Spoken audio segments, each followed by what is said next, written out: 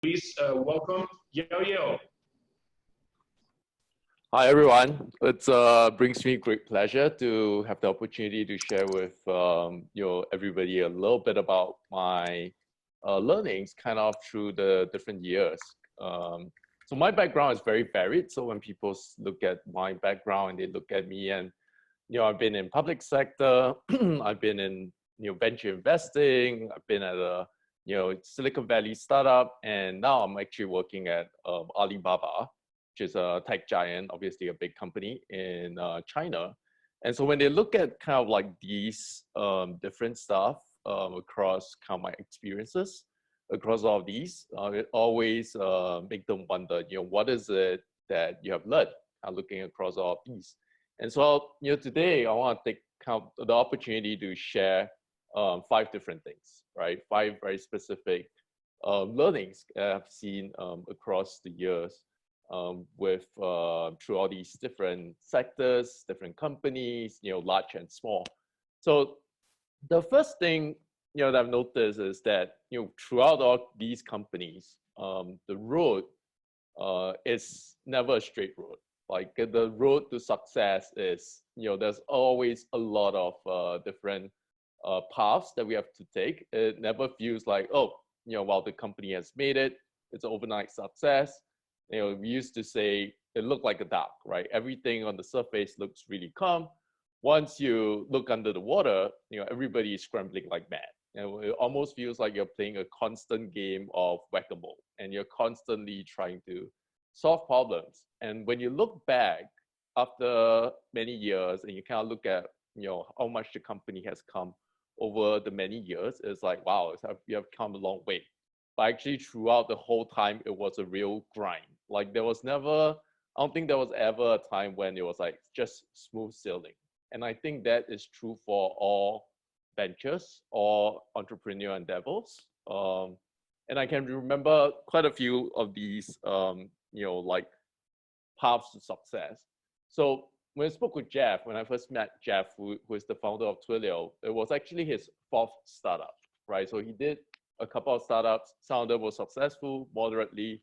The one before Twilio was actually a surfing board shop, which is very different from Twilio itself. And so it was a very, very different company, and it did not really, and along the way, he did not really find a huge success, until he came to Twilio. And he started the company in 2008, 2009, which was a really tough fundraising period. And so like just trying to get the company off the ground was really difficult, right? And so the first few years, there was just nobody wanted to fund the company. Like it took Twilio at least 2 years before it could raise a round. And when you look back at all of that, you kind of look at where the company is today, it doesn't feel like it that way. And then at Alibaba now, and I had the pleasure of working with some of the guys who started TikTok, which is in the last couple of months has become very popular in China. And when I spoke to them and they shared with me kind of like the founding story of TikTok, it is also very interesting because TikTok actually came from the ashes of Lai Wang, which I'm not sure if you guys remember, those who have been in China for a long time, you might know. But Lai Wang was actually an Alibaba project back in, I think, 2013. And it was kind of a reaction to Tencent and WeChat, right? But the project spectacularly failed. A lot of the teams that got together to build Lai Wang went back to do what they were originally doing. But a group of 6 people actually came together, stayed on. They actually moved to Wuhan, which is kind of where Alibaba started.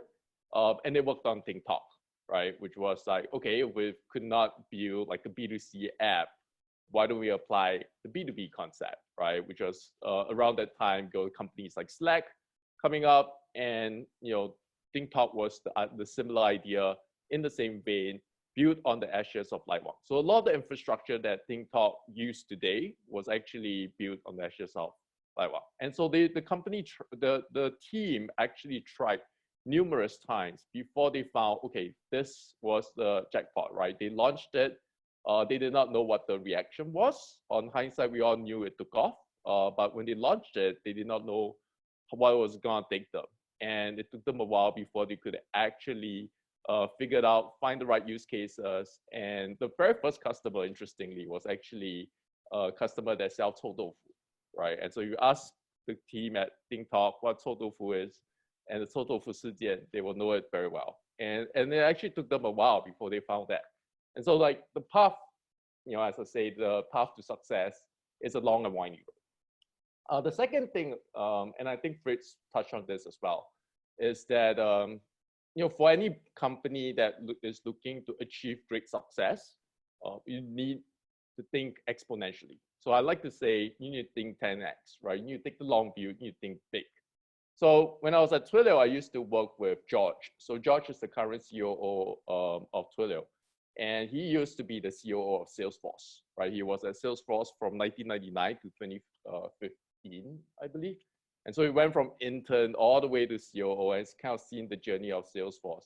And George has this habit of asking this question. So like I'll go to him and I'll say, I need 30 people for next year, right? Because I want to do this, this, and this.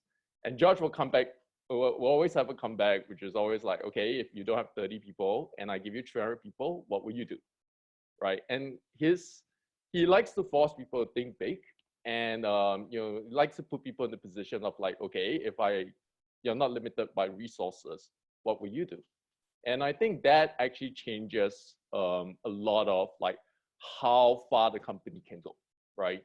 It's the same thing when we look at look back the journey. I kind of look back the journey of Twilio, and I kind of see who are the guys we were competing with against 5-6 years ago, right? So a lot of the companies that actually Twilio later on went public, it's now valued about $15 billion. It's a much bigger company than it was then. At that time, when we were thinking about it, we were like, oh, it would be great if the company could exit $1 billion, right? And by that time, we had a lot of competitors, and a lot of them were really looking at, making a quick buck, if you will, right? So a lot of those companies actually sold themselves and were acquired for 250 million, for 300 million, for 50 million. And so a lot of the competitors slowly fell out of the way, right? And after a while, the one who was rising from the pack came out to be Twilio, right? Because Jeff had a very clear vision of where he wanted to go and just kept building it, right? And just build the company from one level to the next level, right?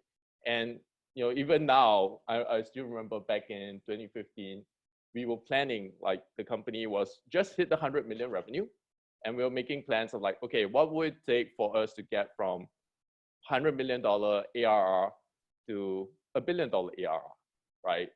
And how long it will take for us to get there. And we had that in mind. We had a date in mind as well, which was 2019.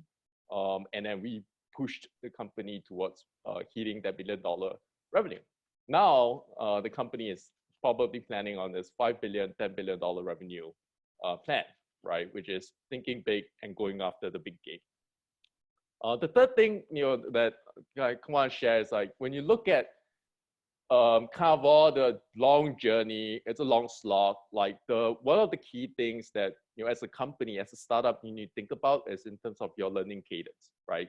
So one of the things that, having worked across all the different sectors, you find that a lot of the teams that do really well, a lot of the companies that do startups that do really well, were the companies that were able to learn really quickly and apply really quickly, right? So the whole learning cadence, the whole iterative mode, and how fast you learn and how fast you apply your learnings to the company to improve the product, to improve how you organize yourself, to improve how your go-to-market motions, all that is extremely important, right? And so when we first, when I was at Twilio, when we started doing this and building it during the early days, the product broke a lot, right? There was a lot of issues that were very unexpected. We put it out there and we kind of put stuff out and it just did not work, right? And we had to go fix it. And after a while, it became really stable, right? That was back in 2012, 2013, during the early days. And then we took that and then we applied that to Asia, and everything broke again, right? Because the fundamental network infrastructure in Asia is radically different from what we have in US, from what we have in Europe, and we had to go through the whole same thing all over again. And so what we learned was that, okay, how fast we apply the changes to our product, how fast we apply the changes to our the way we were set up to run and go after customers in Asia and adapt to the local environment was extremely important, right? The faster we iterate, the faster we were able to get kind of like the flywheel going and be able to adapt to the market and drive kind of revenue and drive the product itself. So that was extremely important in making sure that we can actually get off the ground, right? And so that was one of the things that I think when you build a company, you have to be very mindful of the iterative cycle, right? How fast you can iterate. Like it's okay to fail, but it's very important to take those learnings and apply it in. Like thinking in days, thinking in weeks, instead of thinking in months and years makes a world of difference, right? And so that's the third thing.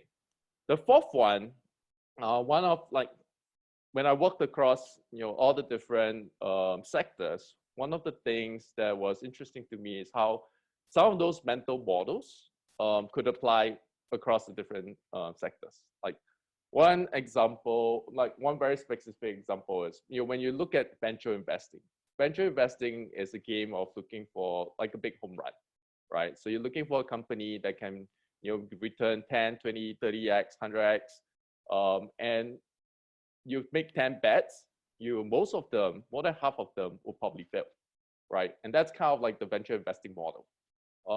Interestingly, when I joined Twilio, the very same model actually applied in kind of the developer economics.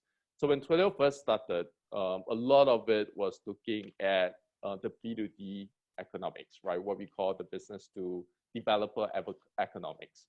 And what actually happened there was that, we will work with a lot of developers, we will work with a lot of startups, but we don't actually know which startup will take off, right? But the startup that actually take off would actually be consuming a lot of resources on cloud communications, right? And actually drives a lot of the economics of, that drives Twilio's revenue.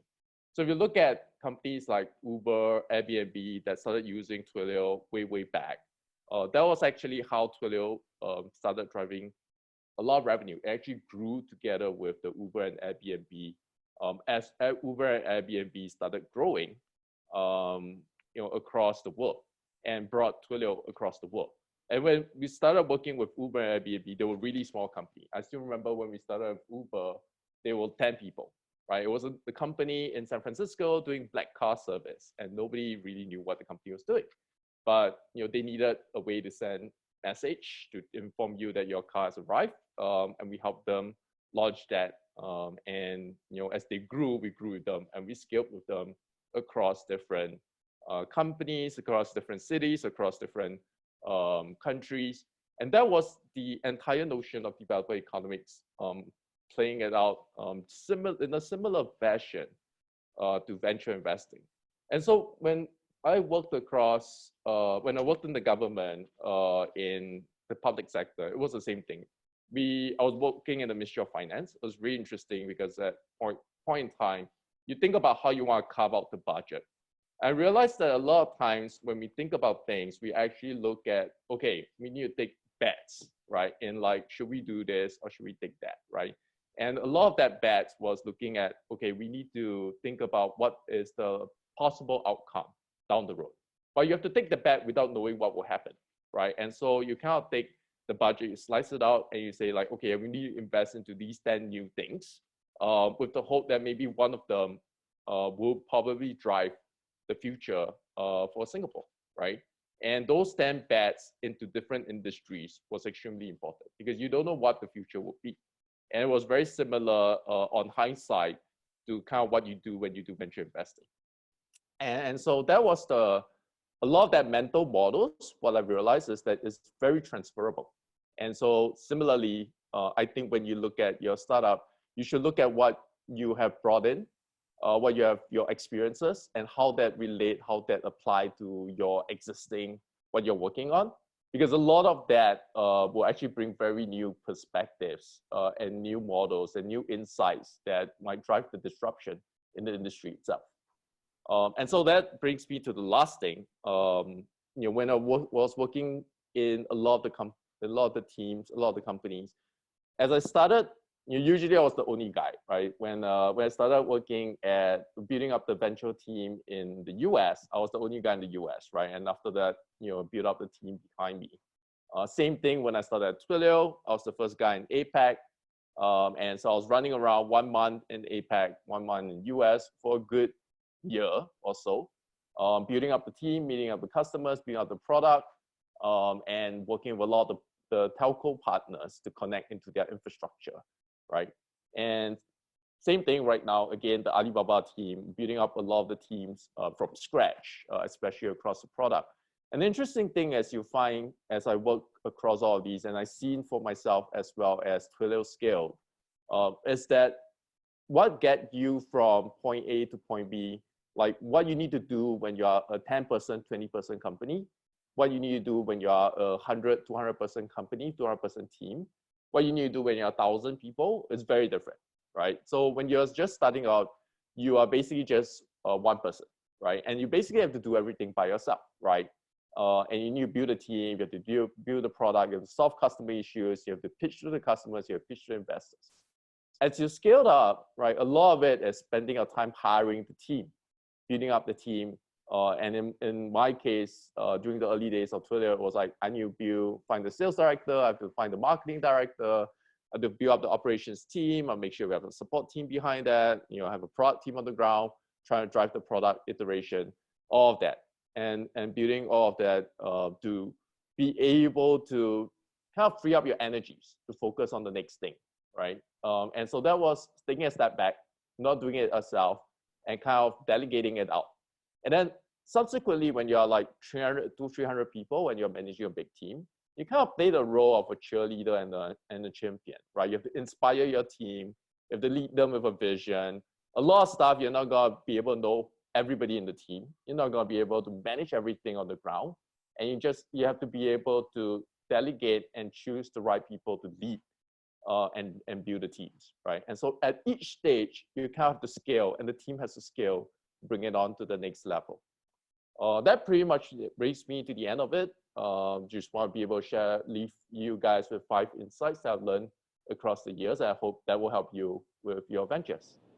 Thank you very much, everyone. Thank you very much, Yaw Yeo. Yeah, it's always difficult to when you want to share too much, and 8 minutes is very limited. So you want to beat over the time, but we appreciate you sharing, and we also appreciate a lot the support. So there's different types of mentors and there's different types of collaboration with organizations. In the case of both Alibaba and Twilio, they are part of these $1 million of free services that they can that the founders that come for programs they have access to share. And without any more delay, speaker, please welcome Cheryl Goh, founding CMO at Grab. All right. Hi, everyone. Good evening, and thank you very much for having me here. I think as already mentioned, my name is Cheryl, and I run marketing at Grab. And my journey began at Grab more than 7 years ago when I joined them as their first marketeer, right? So actually, when I did join them, we weren't even known as Grab. We were actually called My Taxi, and as the name implies, we only had one service, which was actually just taxis, and we only operated in one city, which was in Kuala Lumpur in Malaysia. So, that's pretty much what happened that's the state of the business when I joined them. And this was the time before we raised any capital at all, right? So this is kind of what the office looked like.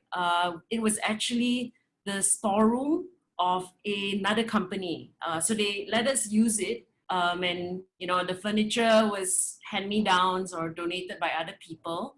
I think if you look at, there's a lot of boxes there. Those boxes are actually flyers from that MLM company. But it also was very useful because quite often our chairs kind of broke. And so we also use them as chairs, right? And sometimes maybe it's a bit hard to imagine that just 7 years later, when you fast forward today, Grab is, today we're in 8 countries across Southeast Asia. We're in 339 cities, millions of app downloads, and more than 9 million people depend on us as a way of getting extra income. We also have expanded from just taxis to cover a full range of transport services, whether it's cars, bikes, three-wheelers. We also have a fintech and food delivery platform. So, I guess I've been really fortunate because in my 7 years, I managed to watch and also be part of that growth. I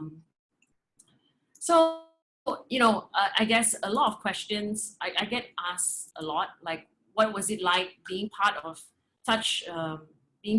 this team very much in its infancy, and also kind of what I learned, right? And it's going to be hard to tell like my 7-year experience in 8 minutes. So I'm going to just share maybe a couple of sort of experiences that I've had, and maybe see whether, maybe hopefully it'll be useful to some of you, right? So maybe I'll start right from the beginning with my first ever marketing campaign.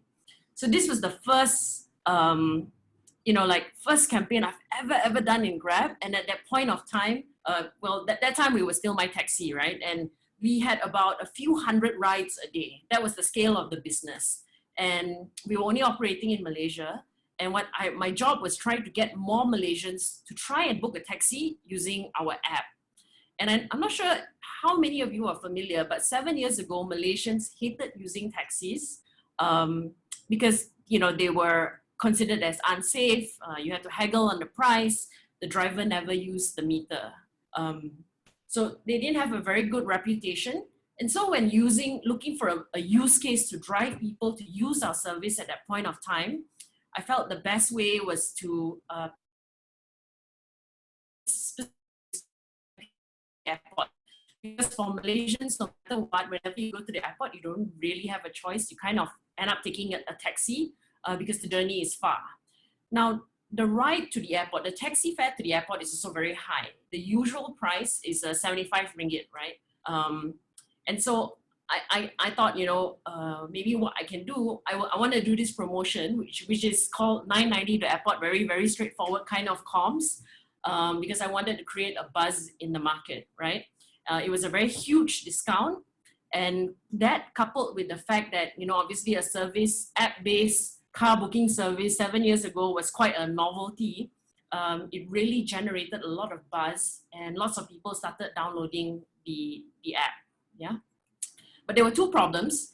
Number one, we didn't have a huge promo budget. At that time, we haven't raised any capital as well. And number 2, we also didn't really have the technology to operationalize. Like, we don't have promo codes. Like the way, if you use any ride-hailing app out there today, there's a very sophisticated and easy way to kind of just key in a promo. But back then we didn't. So a few things that I did. Number one is, the shout was very loud, but the discount only applied on Wednesday, a day where not many people travel. So we didn't have to spend that much and were able to manage budget. So although the promo only worked during this time, the good news is that it still generated a lot of buzz and we kind of hacked the product experience. So this is what the app looked like back then. And so in the notes to driver, you as a user, you just need to key in airport promo. And what then happens in the back end is if you key in the word airport promo, we send an SMS to the driver to say, please give this user a discount. And in the early days of this campaign, we even pick up the phone because we didn't have that many rides and call the driver and ask them to do it, right? But over time, what we found out is it was a great way to retain users, high quality users, or to get high quality users. And over time, we built the system to kind of make promos the current experience that you see today, right? And so I think during that time, for my first campaign, I learned 2 big lessons. Number one is, when you have a small budget, you still can go out there and create a big promo kind of feeling. You just need to be kind of creative. And number 2, I think if you're a marketer in a tech company like Grab, you have to expect that engineers are going to spend a lot of their time building features instead of marketing tools, right? And so you need to get very used to hacking the tech, but also the operations that come along with it. And I think two products that we kind of hacked that's still out there. I mean, obviously the promo model is something that we hacked that's pretty sophisticated now. But also if you use the Grab app, you'll get what's actually a hack that was also run by marketing maybe a couple of years ago. I was actually the product owner for this until it got properly funded. And even Grab Gifts, which is how you can buy a promo code for someone else, was also something that we had. So, I think it was a great learning experience about, how can I as a marketer push the business forward? So anyway, in 2014, Grab became a company that didn't just operate in Malaysia. This was the time that we expanded quite rapidly. And this was the year, in 2014 was the year that we decided we'll expand into 4 other countries. And then we were confronted with a really hard truth, which was the brand My Taxi just could not scale because nobody spells taxi the way Malaysians do, not even the Indonesians. And actually, if you look at it, and so, we decided, okay, let's quickly come up with a brand name. And that's how we ended up with something called Grab Taxi. But the challenge was at that point of time, the brand equity in Malaysia was so strong. And we also didn't have the budget to, change all our advertising, change all our taxi reps to Grab, right? So in the end, we thought about it. We asked many marketing gurus, and in the end, we ended up with having 2 brands, My Taxi in Malaysia, Grab Taxi everywhere else for 2 years. And this was something that was heavily disputed by many marketeers, right? They said it's not a good choice, blah, blah, blah, and all of that. But in the end, I think we decided that Southeast Asia is like many different countries. It's not like homogeneous block of people. And so I think more important than anything else, we need to be locally relevant. And so that's why we went ahead with 2 brand names because we just couldn't afford at that point of time to have one. And I think that approach of being hyper-local lasted in many other things that we do. So for example, in the way that we do campaigns, if you travel a lot, you'll realize that every single country has a slightly different twist, has a slightly different flavor to the way that we do campaigns. And in fact, the way that we run our business is also hyper-local. You'll see that different countries have different kinds of service, and they're not all the same. And I reflect back on this time, what did I really learn? Is it that hyper-local really matters or, and I think the most important thing as a marketer at that point of time is the first principle that I need to prioritize is the business must always survive and thrive, even if it's a very hard decision, because fundamentally that is my job. So it's not about brand principles, it's not about marketing principles. I think the first principle whenever confronted with difficult decision is the business first must survive and the business must thrive. So that's something that I learned during this time. Today, this is, if you Google Grab's office, you'll see that it's nothing like actually today we kind of sometimes are considered as an employer of choice. More and more people find it an attractive place to work, a nice thing they want to kind of have on their CV. When I joined, I had a team of 1, i.e. me. Today, I lead a team of 500 marketeers across all countries and all business verticals at Grab.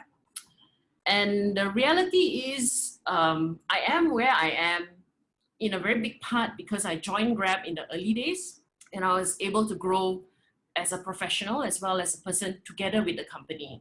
I think today, if I walked in like fresh into Grab, I mean, I don't know where I'll be, but definitely not where I am today, right? And so, I think it's easy to forget that when I joined Grab, when that decision was made, no one knew who we really were, I wouldn't get to speak at an event like this. I had to speak with university students because they're the only people that would listen. We couldn't afford to hire promoter girls, and so I was quite often the promoter girl And at a point in my career, actually, I was already a general manager. I had my own secretary, I had my own car, I led the team and a P&L, and people kind of made fun of me when they saw me like a promoter girl, because they're like, why did I take such a big downgrade in life? And I even start in my own sort of like ads. You work in a startup when you write your own copy, you star in your own ad, you do your own makeup. So it was really, really hard work, right? But I can safely say that where I am as a person today and as a professional is largely because I took that risk, and I think, I guess the last lesson I want to share is, I think it is quite important sometimes to embrace the uncomfortable. And that this decision was a very uncomfortable one for me, but there was a small part of, or actually a very big part of me that said, this could be something that really works. And I want to do something really meaningful in my life. And so, I took that leap. But this embracing the uncomfortable isn't just about the decision to join Grab. It is also many other things in the way that we operate as a business, right? I think when we were a small company, consumers' expectations were very different from where they are today for Grab. And I think we've had to be very, very conscious of that and get really comfortable with the fact that things are always just changing.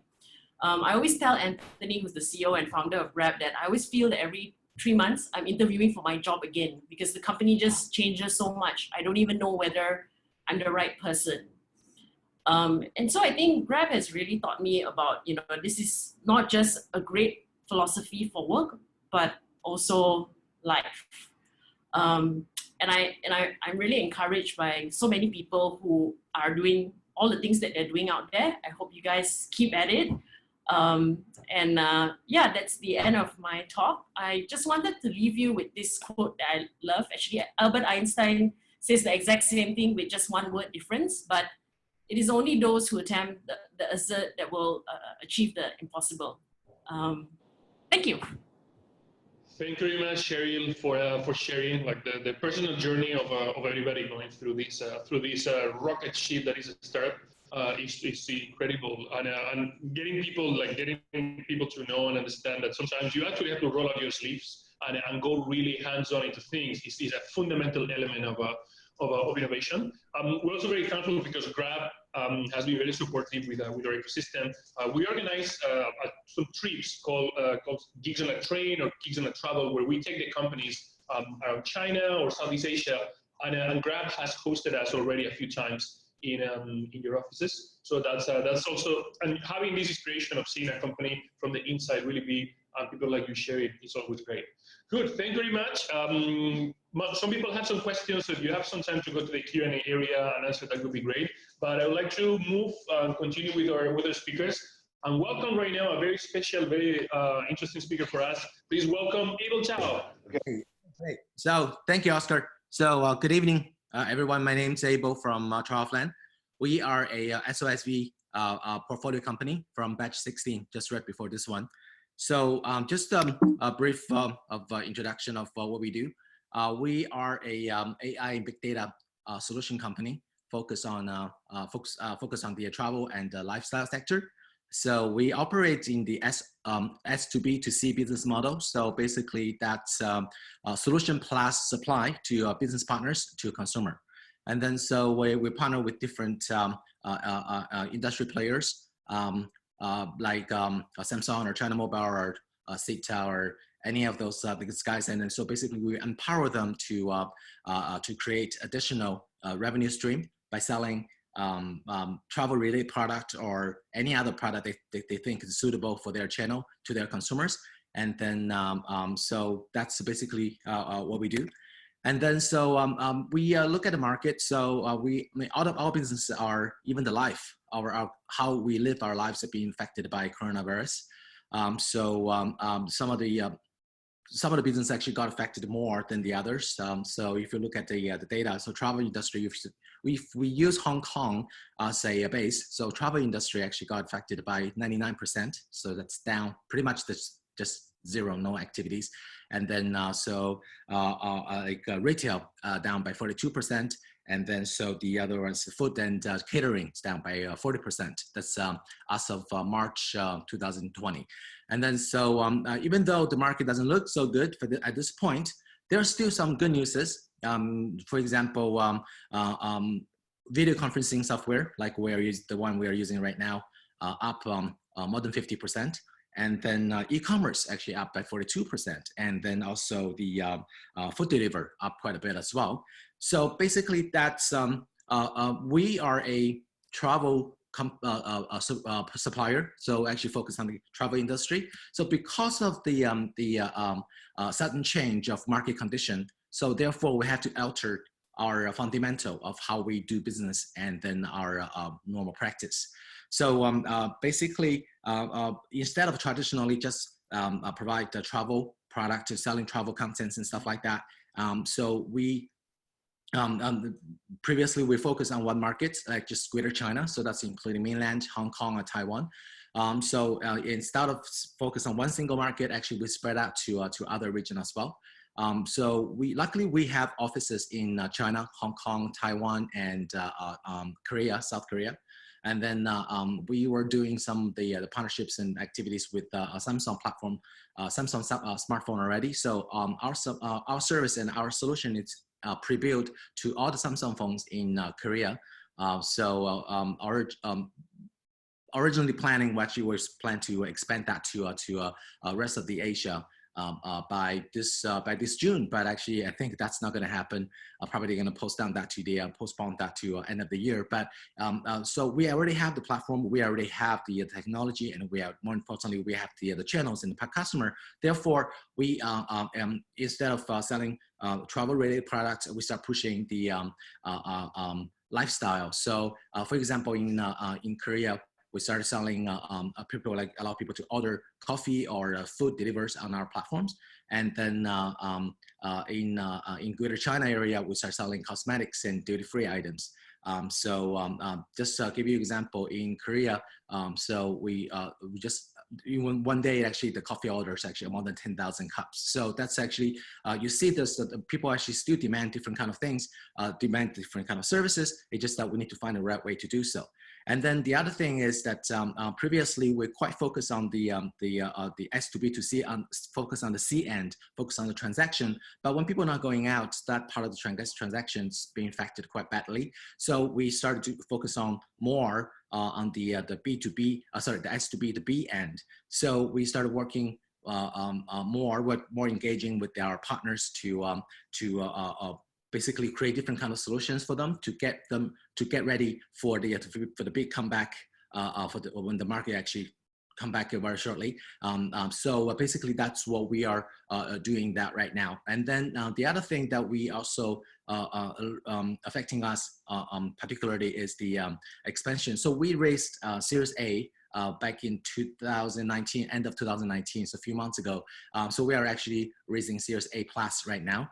So our original plan was to expand the team by now to 40 to 45 people. But right now, we have not been hiring ever since. So basically we are a hiring freeze. So that requires the team members to do more what they're supposed to, and then to act quickly as the company do. So when we are trying to launch a new service or try to actually push out different services, then every single person in the team need to be on board. So, and then because actually we're doing more work, but actually with the same amount of manpower. So that's one of the challenges we are trying to overcome right now. So that's one of the things I learned quite a bit.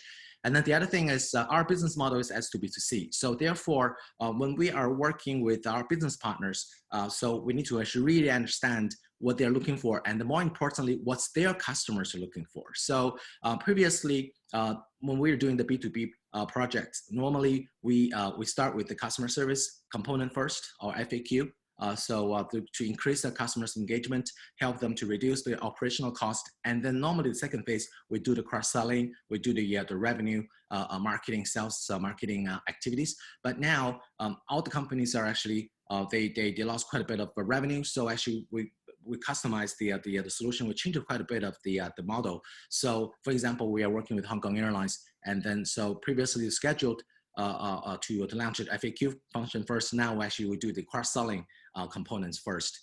So therefore, we require us to be more sophisticated to design what we can help to our business partners to create values to their end customer, the end consumer as well.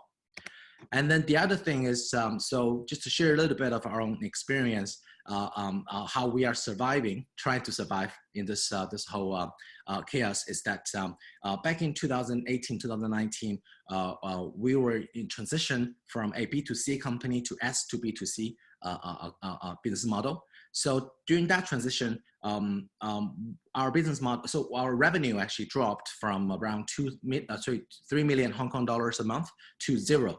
So and then it took us just about a good year to actually get our hands around things and then start pushing out things. And so at that point, we're trying to raise, this is back in 2019, we're trying to raise Series A.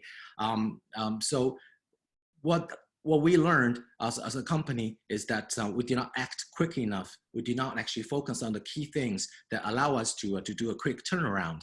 So after we finished raised the Series A a few months ago, so when we're hitting the outbreak, so because we had previous experience, so now it gives us the luxury of or the experience of actually how to quickly turn things around. If this part is not working, then quickly we push something else. So we decided to do back in January, our revenue was about 15 million Hong Kong dollars, and then in so that was actually for the first 15 days of the month, and then since starting from 16th of January, boom, it's down to 0. So so at that point, we need to quickly find something else to actually fill in the gap. So we decided to do the e-commerce and the lifestyle business starting actually I think it was January 30th or 31st, and then we launched the service on February 4th. So basically, it took us 1 week to actually turn things around, start pushing out something else. And then right now, the revenue is not at the original level yet, but actually start growing up really quickly. And then on the B2B side, the service side, and then also on the lifestyle and cosmetic, the e-commerce component as well. And then, so basically that's one thing I learned. And the other thing is I would like to point out here is the power of team. So originally we had 17 people in the team, and then this is actually we gone through the entire 2019 the difficult time together. So I think everybody through that 1 year learned something from that experience. So therefore, at this point, basically, when we are facing another challenge, as long as you give the team the trust, the support they need, actually, there's a lot of things that we can actually conquer together. So that's actually, we're very blessed that we have a very strong team that everybody work together as to achieve the same goal. And then the other thing is I would like to share here is that utilize whatever sources that you have, especially through a difficult time. So whatever the resources, whatever the content you have, especially for the guys actually the SOSV network. So for our last round of fundraising, they helped in a great deal, and then they also help us in many ways that to, for example, PR. For example, actually the technical, on the local marketing and partnership, it's something they have a lot of goodies in their pockets. So just not, don't be afraid to ask. So Oscar and William, they're awesome. So they help us actually through the very difficult times. So they came they invest in us when we need someone the most. So and then so that's actually basically my experience on how to. How we are trying to survive at the coronavirus, the crisis. So and then this so from the TravelFlan, the entire team here wish everybody a safe, healthy year ahead, and stay home, stay healthy, and stay strong. Thank you. Thank you very much, Abel, for coming. So we have been bringing some of the founders that went through the accelerator in the past, because it's also good to have the experience of directly people that is going through the process, and that can be very helpful for a lot of people. The case of Abel is quite interesting, because obviously with the current global situation, everybody is very aware that travel is very difficult. But the attitude that everybody takes in terms of how they handle the crisis is very different. And in Abel's case, in Abel's case and TravelFlan case, they understood that something needed to change in the company, and that change that he explained has helped the company not only go back to normal, but actually accelerate their growth and be able to right now having new milestones that are very, very incredible for the companies. So please keep tracking them, because there could be soon good news to be shared from the side. And now, time to welcome our next speaker, very early in the morning for her. We welcome, please, Yiying from that is connecting from San Francisco.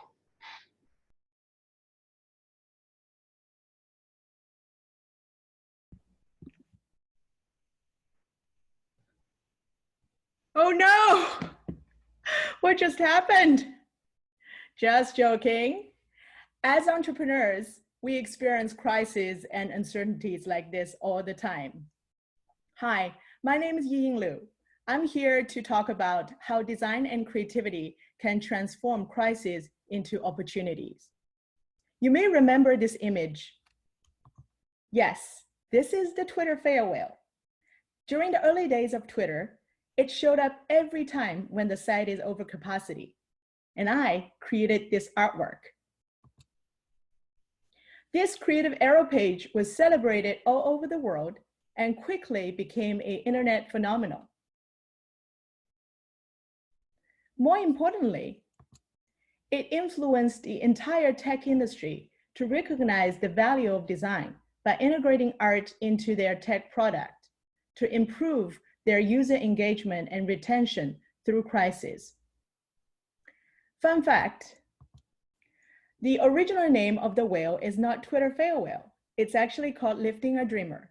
It was originally designed as a birthday e-card for my friends around the world when I was living in Sydney, Australia, New South Wales. Pun intended. Oops. The mission has led me to work with hundreds of tech startups around the world. In 2015, I moved to San Francisco and joined the global VC firm 500 Startups as its creative director. This mission has led me to work with hundreds of tech startups and entrepreneurs around the world. Since then, I started travel around the world to share my creative and innovation education with a larger global community, from Beijing to Berlin, from Silicon Valley to Shenzhen. I started to realize that my passion is not only design and speaking, but also integrating them into unique offline experiences to bring people together, to energize and empower them to create. After I give a speech, I provide audiences unique design templates to inspire them to co-create. It was such a fulfilling and humbling experience for me to facilitate people from all ages, all cultures, all genders, and all from around the world. As I was planning to bring this experience globally, the COVID-19 pandemic hits the world. There was so much fear and uncertainty. I was devastated that this co-create program I poured my heart and soul into either got postponed or canceled. During my upcoming talk at Google also get postponed.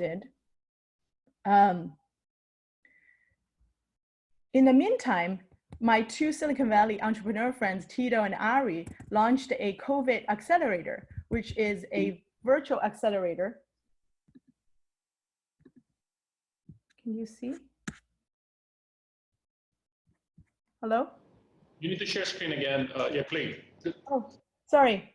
In the meantime, my two Silicon Valley entrepreneur friends, Tito and Ari, launched a COVID Accelerator, which is a virtual community that exists to help bring helpful projects during the pandemic. On March 13, Tito invited me to join their new Slack channel. Out of curiosity, I joined the channel and wandered into a virtual chat room, which filled with entrepreneurs who also just met recently. And they're working on a project called Corona Care Card, which provide much needed cash flow for small business owners. And they ask people to donate and purchase gift card in advance. The only problem is they have amazing technology, they have amazing engineering team, but it is a brand new website. So they need to establish trust within their audiences. However, the current branding does not justify. So this is where I come in. I believe that our responsibility as designers is to convey information and tell powerful stories through visual communication. And now is more important than ever. So I decided to lead a branding exercise on the next day. And it is the first time I'm doing it online completely with a group of people I've never met. And I didn't even know how many people are gonna show up. So I said, let's meet at 1 o'clock. And to my surprise, a bunch of people showed up. Also, it's not only from different parts of America, but it's also from different parts of the world. As you can see, the mid right, we have a young female designer from Colombia, Vanessa. And it was just really amazing that everybody was so devoted to this project, even though we've never even met each other. And during that an-hour brainstorm session, we decided the company value, key personality, and even colors. This is usually take creative agencies weeks or even months to accomplish. I was so energized. So I went back, the meeting finished at 2 o'clock. I went back and I had a few other meetings. After I had dinner, I hacked for a few hours and I come up with 3 options. And I usually am not that productive. I think it's the urgency, but also it's the energy that the team has fed me. And I came up with 3 choices, so I posted it on Slack, and all of a sudden people started to pull in different, just different questions and also feedbacks, and people started to vote on them. It's just really amazing to see I have a supportive group working around the clock. And in the meantime, we have Fadumo, who's from the East Coast, asking me if I need any help to make the first one into a branding style guide, because it looks like this is going to be the winner. So this is 9 p.m. on Tuesday, which is the second day I came into the Slack channel, right? So I said, Fadumo, this is the file, go run with it. This is 9 p.m. A few minutes later, she messaged me back and says, amazing. And then a few hours later, when I was sleeping, I woke up and I saw her message. She put everything together into a branding style guide. This is the next morning. At 11 a.m., Vanessa from Colombia already starting to build the UX front end design from the style guide that Fadumo built on top of what I have created, the files, the raw file source. Within 24 hours, we had an entire branding style guide and also the front end design being accomplished. Within less than a month, the company also launched their website, both the website and also the mobile phone website version. And just about 2 days ago, the team and myself is being featured in Bloomberg Technology, which is such an honor. And during crisis, there are a lot of fear and a lot of uncertainty. But what makes us entrepreneurs so special is that we take that risk, we get over our fear and uncertainty, and we make sense out of the chaos. To celebrate this success and to celebrate entrepreneurship and the 10th anniversary of China Accelerator, I created the Phoenix, The truth is, crisis can only cause failure when you stop reinventing yourself. So keep going and keep rising. Thank you. Thank you very much, Ian, and yeah, it has been great. We received our t-shirts yesterday. That's the logo for the new 10-year anniversary message of keep rising, always up, always high, and of course, like we acknowledge that design is important, and we really appreciate that when you come to Shanghai, you stop by the Accelerator and you come and share these insights with the companies and then one-on-one with some of the teams. So really appreciate that when you come, you still connect. We have the opportunity to see these things online. Offline. And now I'd like to welcome also another very special speaker that we are able to bring to these events because we are doing this globally. We're having people from everywhere. We're also having speakers from everywhere. So please welcome Patrick Riley, CEO of Global Accelerator Network again.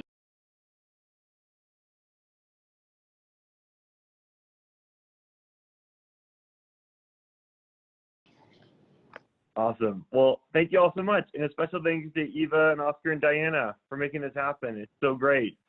It's such a good thing to do. So good morning from Denver, Colorado in the States. As Oscar said, I'm Patrick Riley, and I'm the CEO of GAN and also managing partner of our venture fund called GAN Ventures. So I studied something called interpersonal communications and social psychology. And the degree is all about how humans interact with each other, and more specifically, what causes anxiety and depression in humans. And frankly, I thought I was going to be a psychologist. It's what all my training was in. And fortunately, I'm now actually married to one. 10 years later, after studying that, I became the CEO of GAN. And if you don't know what GAN is, it's a highly curated community of 130 tech accelerators around the world. Collectively, they've helped 13,000 startups. But here's why I'm bringing that up today, is that in 2017, 2 different startups had suicides. We had 2 different CEOs who committed suicide, and frankly, it was devastating. Because number one, I'm passionate about it, and passionate about this issue. Never thought I'd imagine in a community that I'm a part of. And number 2, I felt incredibly sad for those founders. So I spent time going back through my degrees and also calling experts to figure out how we can avoid doing this again. And we ended up coming up with this thing called the Founder Wellness Pact. It's this pact that all the accelerators in GAN agreed to do in order to avoid things like suicides again. And it's things like, let's make sure our founders don't work more than 40 to 50 hours a week. Let's make sure that our founders sleep 8 hours a day. Let's make sure that there's an open line of communication so founders can come in and talk with us. And let's make sure we all know what the triggers are for depression. Yet, as I've traveled the world and talked to founders about this particular thing, over and over again, I'm hearing super similar things.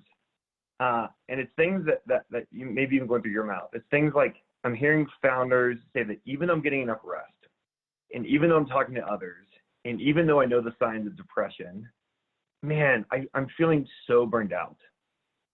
And man, I'm feeling exhausted. And man, I don't know how long I can continue to do this. And the one I hear primarily over and over again is, man, I'm just not really that happy right now. But not only that, as I've dug into this much more, there's this amazing data coming out of Crunchbase that shows why startups have failed. And they looked through all this data in the last 5 years. And what you found is that 66% of the reasons startups fail is because of either infighting among the team, or burnout among the CEOs, or the founders lose passion. And I would encourage you to go in and look at the Crunchbase article. It's called the Postmortem on Founders. And something last year happened to me personally. I was on a phone call with my assistant, walking around the park next to my office, and all of a sudden my heart started racing a ton, and I actually couldn't feel the left side of my face. immediately I got the phone call with her, and I was like, Ryan, I have to run. And I went to the hospital, which was luckily 8 blocks away. They did all these scans on me to go like, what is wrong? Is he having a stroke? Is he having a heart attack? What's going on? Turns out that there was nothing incredibly physically wrong with me. It turns out I was having something called a panic attack. And it's when that there's a continued amount of stress on you where it reaches a point where your bodies go into extreme fight mode of the fight or flight situation. They go into extreme fight mode. And since then, I've shared this story with a lot of founders. Just to go, hey, I personally experienced this panic attack, and I'm hearing more and more from founders who either recently had panic attacks or who are feeling depressed, but also too who may not be feeling depressed, but who are feeling the stuff we talked about earlier, where they're feeling not happy, or they're feeling burnt out, or they're feeling exhausted, or they're not knowing like how much more they can actually go on. And as I talk to founders, they're going like, number one, like it seems like I'm getting sleep, and it seems like I'm doing all the right things, and it seems like I'm communicating, right? It seems like there's a bigger, deeper issue going on. So I spent a lot of the time talking to my counselor about this and going, if Pat Riley, right? If someone who is so passionate about these things, is so passionate about making sure founders don't end up at this place, and having all this education, if I have a panic attack, like I imagine like this is going to be happening for other founders around the world. So long story short, my counselor got to a place where he goes, hey Pat, I want to just ask you a simple question. And the simple question he asked me was, hey, why are you doing this work? And I responded back to him, I'm like, listen, I'm doing this work because I love being a CEO. And he asked me again, he's like, but Pat, like, no, like, why are you doing this work? And I responded back, I'm like, well, no, I love doing this work because I love leading. And he's like, no, Pat, like, why are you doing this work? And I responded, and I'm like, well, I love building and growing things. And he's like, nope, why are you doing this work? I'm like, well, I'm doing this work because I want to feel useful. He's like, no, Pat, no. I'm like, but why do you need to feel useful? And my point is that I came to this point where I was going, unless I feel useful, like I don't feel like I'm valuable as a human being. It took 5 whys from him going, well, why do you want to do this, to being a CEO, to me ultimately going, well, if I'm not doing this work, I don't know if I'm, Pat Riley, going to be a valuable human being. There's this Buddhist monk out there that many of you probably know. His name is Thich Nhat Hanh, who said that the things we hold on to will ultimately rule and drive us. And after talking to my counselor and realizing all this, I was like, it's this need to feel valuable that ultimately was driving me to work so hard and to reach a point where my body couldn't handle it anymore. To reach a point where I knew all the signs of depression and anxiety, but it was this thing. It was this underlying motivation of feeling like I'm not going to be valuable as a human being that led me to work crazy hours and to ultimately have a panic attack. And frankly, maybe none of you on the line are here. There's 367 people on the line. Maybe none of you are here. And hopefully none of you ever will be. But maybe you are. And whether you are or not, I would stop and ask yourself what I just talked about earlier today, these 5 whys. Like, what's the real reason you're doing this? Because that's the real thing that's driving you. And if you get to those 5 whys, right? If you go to yourself, and I would encourage all of you to do this, I would go like, why are you doing this? Why are you doing this? Why are you doing this? Well, why are you doing that? And if you find that it's something driving you, like money or needing an identity, I'm pretty sure that somewhere along the way, you may end up like one of those statistics on Crunchbase. But I found that if it's something that, the reason I'm doing this that's outside of myself, like something like changing the world or creating a more positive way for people to live, I have a feeling that, number one, all of us are going to be a lot happier. Number two, all of us are going to be a lot less stressed. and we're not going to end up like a crunch-based statistic. So thank you all so much. It's a pleasure to talk about this with you and happy to answer any questions later on today. Thanks so much, Oscar. Thank you, Patrick. Yeah, so Patrick already explained what is GAN, this community of very high quality accelerators, and they provide a lot of the infrastructure that helps accelerators be able to help at scale, putting together a lot of resources, putting together a lot of learnings that can be shared. I mean, personally, having participated in some of the GAN activities, particularly the GAN Summit, where all the companies, all the accelerator managers come together, has been probably one of the most educational and learning experiences that I've ever been. And I mean, I tell Patrick every single day when we see each other that this is the R&D of helping entrepreneurs at scale and helping founders go through that. And we sometimes talk too much about building business, but at the end of the day, these businesses are built by people. And this founder resilience is something that I mean, everybody that is involved in the space and is working on it, we are aware that that's a risk, that's a problem, not just for the business, but for the individuals. And it's great that GAN has been very actively supporting with specific programs on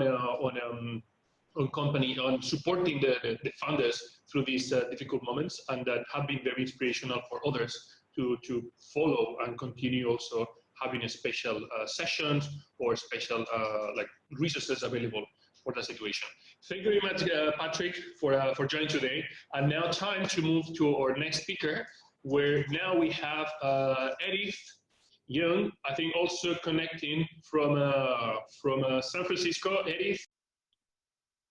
All right, so let's get started. Since we only have 8 minutes, I'm going to, I tend to talk fairly fast, so bear with me, but we're going to talk through a 7 pitching habit for highly effective Corona-proof startups.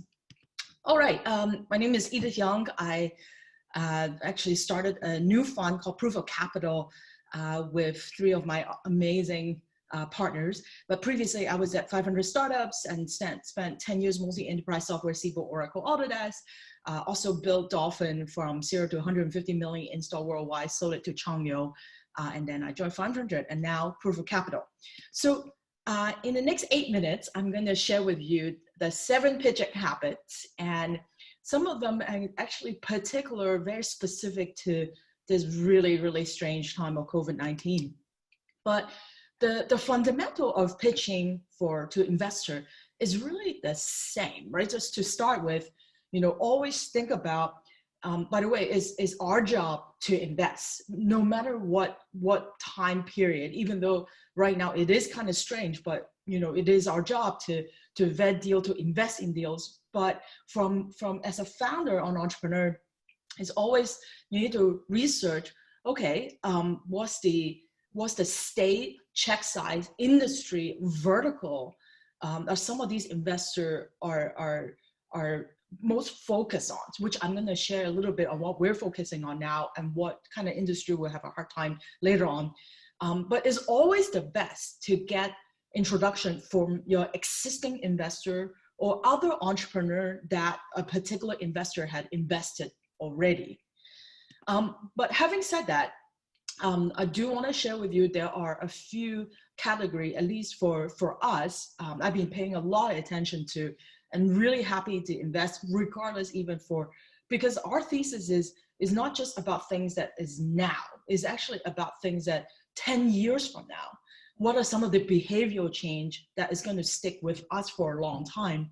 So communication, collaboration, for enterprise and both consumer, video infrastructure, embedded fintech, open source, open data infrastructure, cybersecurity, data analytics, and data automation for enterprise. So these are very enterprise. I found like I've been looking to a lot of developers that are doing very infrastructure focused things.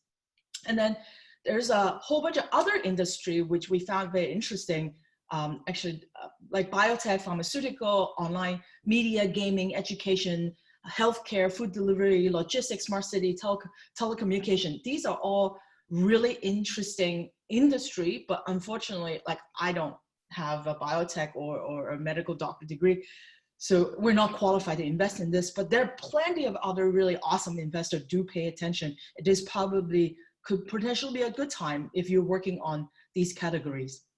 And then there's a whole other set of vertical that, yeah, if you're working on anything related to airline travel, ride sharing, hotel, luxury goods, consumer services, like face-to-face, any offline experience, you probably will have a very tough time.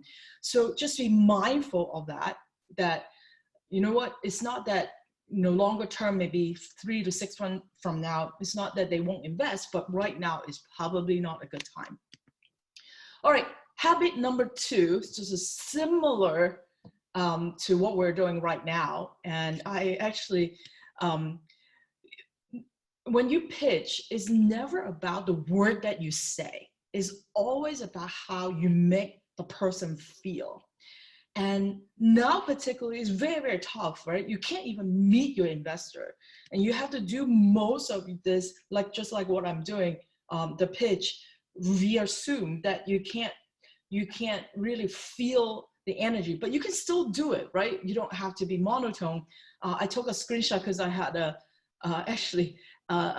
was watching a stand-up comedy over Zoom last night. So this is a screenshot, and you notice like people who are very expressive, you can still use your hand, you still have intonation of how, and show your passion, because this is what investor wanted to feel, that you're excited about what you're working on, even though over Zoom.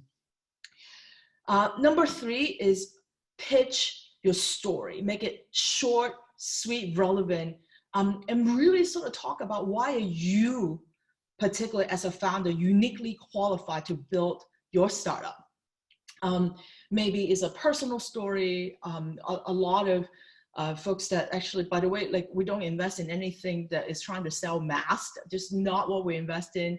But if you are, maybe it's something that you're super relevant to you because personally you have go through certain hardship. Just you have to kind of think about how is that related to you and why you qualify, and especially why you and why now, right? And always pitch it. If like whatever that you're working on, the first question I usually ask you is, have you launched it? Yes or no? And if yes, it's all about traction.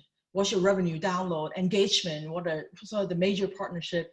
And usually, if you're doing B2B, more enterprise, it's okay if you are early stage that you don't necessarily generate revenue, but still we want to see some sort of proof of concept, some sort of POC. What's your long-term vision? If you have a product demo, we usually love to see it start with that. Have a good understanding of the trend, particularly what's going on now. Every single pitch that we are doing, I always going to ask, how is the current environment impacting your business? How are you actually planning from a cash flow, marketing, sales, revenue? Everything need to be adjusted. How are you dealing with all that? So this is very particular with what's going on now, that you have to be ready to basically answer all these questions because everybody have to deal with now. And also really understand, this is really understand like the big picture, right? Know your competitors, know what's the long-term game, not just, hey, we some of our portfolio companies are telling us, oh my God, because of COVID, and now we have all these amazing downloads. There's also good thing, right? Because everybody's sitting at home. A lot of sort of the entertainment side of things is they're doing well, but are all these free users going to turn into, are they still going to be users 6 months from now? Who knows? And how you're planning on monetizing, even though you're doing well now, but they're all free users. So kind of think about long-term marketing and long-term potentials.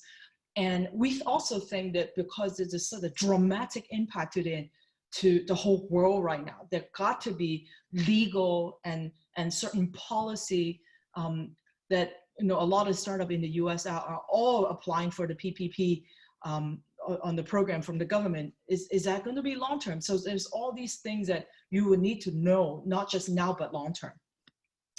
And then always follow up, like within 24 hours. And in fact, I usually would encourage a lot of my companies, if they're raising later stage round now, is to basically have your follow-up email ready to go even before your pitch. So you can immediately fire off your deck, sort of make sure that you answer any questions that the investor have for you, anything of sort of follow up. Don't even wait for 24 hours because you're sitting at home anyway. You may as well just send within an hour, but you do need to expect, you probably need to wait for a longer response. It's unfortunate because in your follow-up email, thank them, send a deck, current traction action, follow-up phone call, follow-up, add potential investor, ask them if it's okay to add them, knowing that they may hold off for any investment decision because it is a strange time, but keep that relationship alive. Add them and ask them, is it okay to sort of show, add them to the regular update, but do expect that I know many of the investors are really have a, hold and see what will happen after 3 to 6 months, just because right now is definitely not a very good time on fundraising per se, but I don't want you to stop for fundraising, but at least you do have to expect some investors are slowing down in terms of capital deployment. And then last but not least, ask for your existing investor for help. Ask for help, particularly for your existing investor. It's our duty to support our portfolio company, communicate, even though it's bad news, even though, oh my God, I only have, hopefully, if you guys have less than 6 months of run rate, ask for help. And you really need to, we usually ask our portfolio company to raise at least a year, between a year to 2 years, just in case. But if you are less than 6 months, really ask for help. You need to make sure that you communicate, adjust your revenue goal, adjust all your customer expectation, adjust your burn. Everything need to be adjusted. And it's really, really hard to say. And right now, I think worldwide is worried about second wave, and it is happening. And we got to be super careful. And because of that, as CEO and founders, you need to prepare for the worst. And worst case scenario, there's no worst case scenario, but still, you need to make sure that you communicate, reach out to your investor for help. And if you really need to raise now, it is what it is. But a warm intro and referral is always the best. So with that, that's the 7 habits. Pitch to the right investor, pitch with a purpose, with story, communicate why you, why now, understand the big picture beyond COVID, always follow up, ask for help from your existing investors. That's my email address, that's my blog. I have a newsletter that I send out every Monday called the Silicon News. Is focused on all the funding and M&A, particularly for Silicon Valley. But I look forward to connecting with all you. Thank you for having me. Thank you. Thank you very much, Edith, for sharing. And yeah, we've been in a few panels and talks and events together where you've been always super helpful with founders. And I think this summary is definitely something that is fundamental. Like some of the key ideas are so simple and so valuable. But particularly the last one, the communication idea. It's incredible how many founders they just don't communicate. And when you don't communicate, basically people will assume that you're either like your company has closed, or you have to hide something, and that's where you're not communicating. And it's very, very basic practice that also gives a cadence to founders in terms of making sure that they sit down, they stop, and they evaluate what they have to communicate, and they make this self-assessment about what the situation is. And now, last but not least, we have our next speaker. Please welcome on everybody, Patrick Lee. Great. Hi, my name is Patrick. I'm a co-founder and the former CEO of Rotten Tomatoes. And today I'm going to talk about focus. My story began last summer at Blue Startups. I was an entrepreneur in residence there, and there I worked daily with 7 different startups over the course of 3 months. And there, the advice I gave to them over and over was that they were all trying to do too much, that they needed to focus. Over the course of hammering that point in, I realized that I had not followed my own advice, that I had not been focused with my last few startups. I'm a serial entrepreneur. I've started 6 companies, of which Rotten Tomatoes was a 3rd. The companies where I was focused worked. The companies where I was not focused failed. And that's when I realized that being focused is the most important trait for a startup to have. Ironically, almost everyone gets this wrong, and it's why so few startups make it. But why do so many entrepreneurs make this mistake? Entrepreneurs believe they can do anything, so they want to do everything. It's actually harder and against their nature to focus. Too many features, too many categories, too many markets. They want to be everything for everyone. You can spot the worst offenders a mile away by looking at their deck. In it, they have a competitive landscape slide, and like so. And on one axis, they have their companies listed as well as their competitors. And on the other axis, they have a list of features. Each of their competitors has a few features checked off, but for their company, they have a line of checks all the way down. I'm sure a bunch of you have this slide, exact same slide in your deck right now.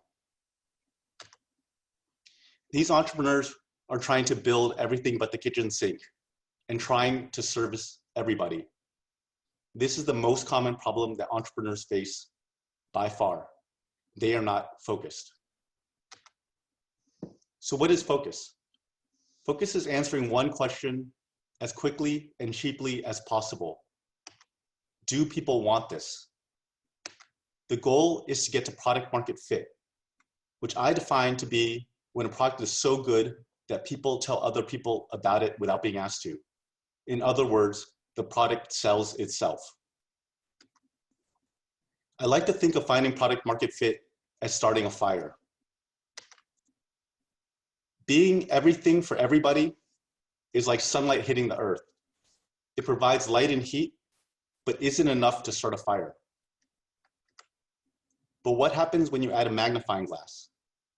By focusing the sun's rays on a single tiny point, it is possible to start a fire. Now, imagine your resources as the sunlight. By focusing your resources on a tiny point, it is possible to find product market fit. And one important thing to remember about fire, it spreads. If everything falls into place just right, you could have a forest fire on your hands. That's Facebook, Amazon, Google. Their fires are so big, you couldn't put them out even if you wanted to. So how do you focus your resources? You reduce scope, cut away until it's one feature, one category, one market. This is the opposite of building everything but the kitchen sink. For feature, pick the feature that is the main reason why anyone would use your product. For Rotten Tomatoes, that was a tomato meter. You get rid of everything else on the site and it's still 95% works. For Twitter, that's the tweet. Category. Choose the category that makes the most sense for your business. For Rotten Tomatoes, that was movies. Market. Go for the lowest hanging fruit. The smaller and more niche the market, the better. For Rotten Tomatoes, we initially started with hardcore movie buffs. At the start, entrepreneurs generally have extremely limited resources, so reducing the scope of the problem increases the chance of success. Not only does it allow you to do things faster and cheaper, you end up with a better product too. One way to tell if you cut enough is to see if you can explain your product in 15 seconds. A product that you can explain to someone else will spread. A product that you can't explain won't. The best products and best companies do primarily one thing at the start. Think Rotten Tomatoes, Instagram, Snapchat, YouTube, Twitch, Twitter. You can't be more of a single thing than Twitter. It's literally a status update. Amazon started with just books. They went public just selling books. It wasn't until the second year of being public that they launch into a second category. eBay started with Beanie Babies. Google was just simple search.